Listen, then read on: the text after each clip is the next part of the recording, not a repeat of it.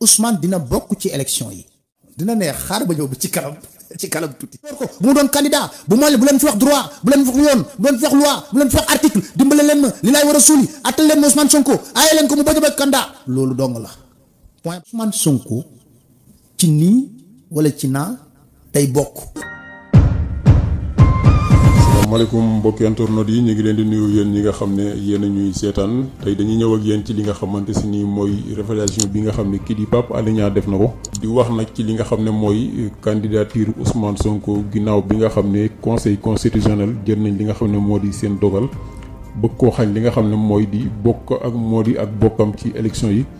mu mel ni ki nag Pape Alé Niang indi na ci nag ay leeral di ci wax ne maanaam kii di Ousmane Sonko kenn mënu koo tee bokk ci li nga xam ne nii mooy élection yi nga xam ne moom la ñu dëgmal. dama ne gars yi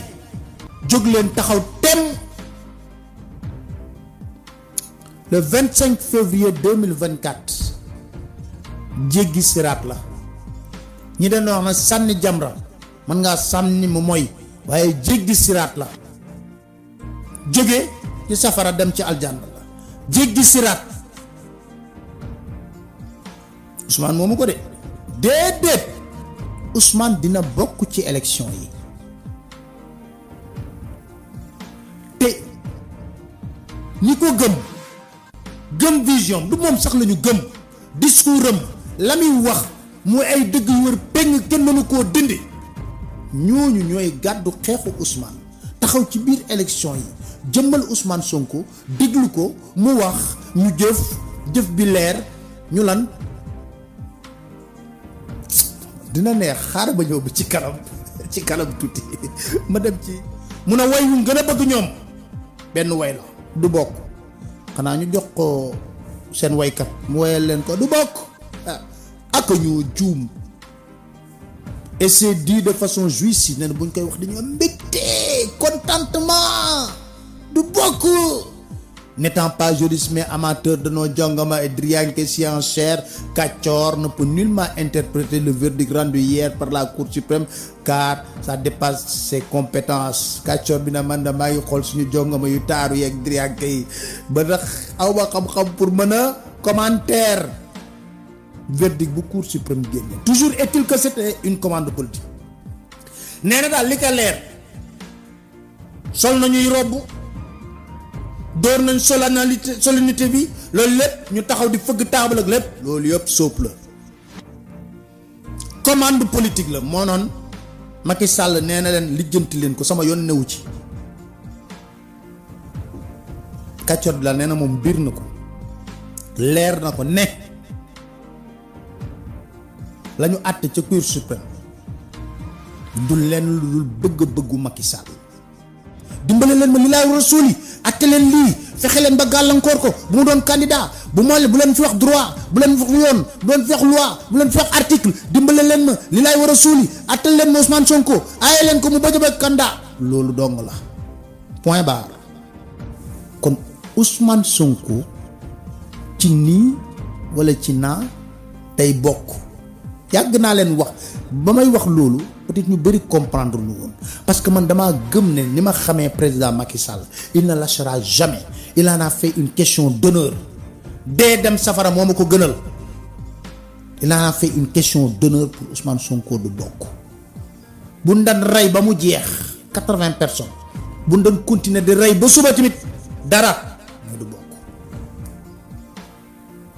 te fu ne dina fa teg nitam lu ma wax juge nitam pour mu àtte def li mu bëgg moo tax ma daan yàgg a wax ci nii wala ci naa Ousmane day bokk c'est ça xam nga yéen fi mu nekk nii askan bi président Macky Sall wéegu leen respecté wu leen parce que dafa jàpp ne xam nga la majorité silencieuse ñi nga xam ne bokkuñ ci benn parti dañuy constater rek ne mais ça c'est pas normal di wax yooyu bokkuñ ci benn parti yéen amu leen éveil bay xool bay wax ne ça c'est excessif lii dafa ëpp li warut am ci réew mi wegu ñooñu de pour ñoom éliminer nañ Ousmane Sonko le débat la question est résolue non maintenant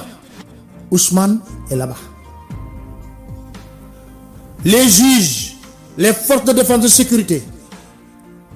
le président de la République, le pouvoir, ñoom ñëpp peuple bi lañ jàkkaarloog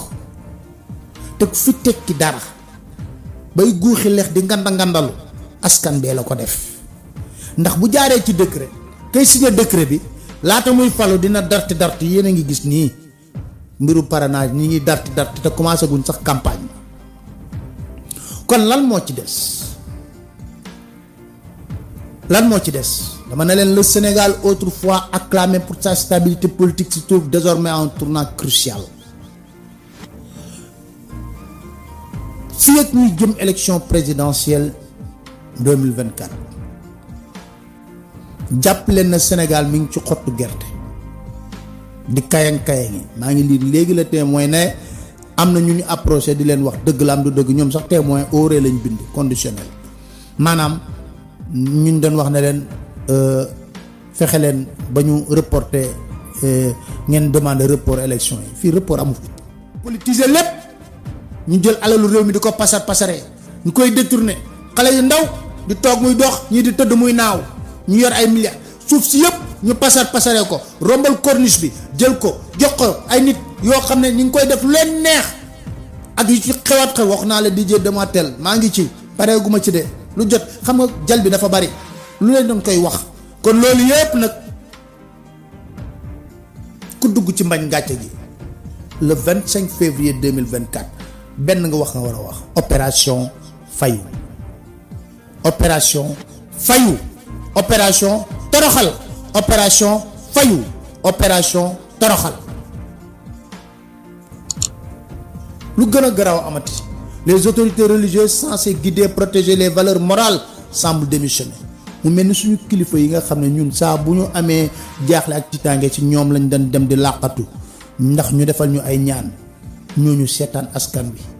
ñu leen di toroxal ay bakkan rot fi lu bari am fi ñu noppi waale ko waxuñu mel ni sax dañoo dem ba nekk complice ci liñ teg askan bi. mu mel ni ki nag ñii di waa Pastef wala bokk Sonko 2024 am na foo xamante si ni foofu lañ teg seen tànk wala boog am na lu ñu yaakaar ba tax kii di Pape Alé Niang waxe nii ndax boo xoolee depuis ñuy commencé di jël ay dogal di xañ Ousmane Sonko di teg ci moom lu ne du tee ñoom ñii di waa parti bi dafa am benn détermination boo xam ne moo nekk si ñoom loolu nag di loo xamante si ni daa war a egsi itam ba ci lii di patriotes yi war nañoo gën a taxawwaat gën a jàppaat maanaam gën a gëmaat li nga xamante si ni mooy procès Ousmane Sonko ndax loo xam ne dañ koo xeex ay ati at bañ ci dalee nekk ba egg fii ba dara des ci lu dul ay fan yu néew moo tee ñu àgg ci cëppaandaw la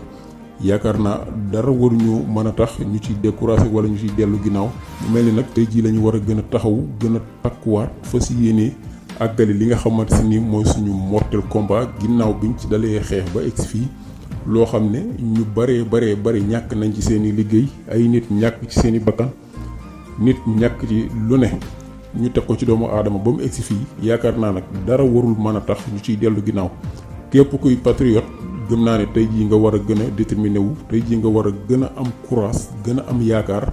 fas yéene taxaw xam ne incha allahu rabbi 2024 bi nga xam ne moom la ñu dëkkmal gën a taxawaat xam ne incha allahu rabbi élection yi ñu dëkkmal Sénégal da ci moom boppam ndax ñun ñoo nekk la majorité maanaam ñun ñoo gën a taxaw fi mu toll nii ndax élection yi kenn ku nekk xam na ne kii di Ousmane Sonko moo ko téye ci loxoom kon nag nañ def ni nga xamante si ni waxe nañ ko noonu jëli carte yi daas fanaan ak toog xaar te xam ne incha allahu rabbi di élection yi ndam rek lañ ciy am léegi sot na yàlla.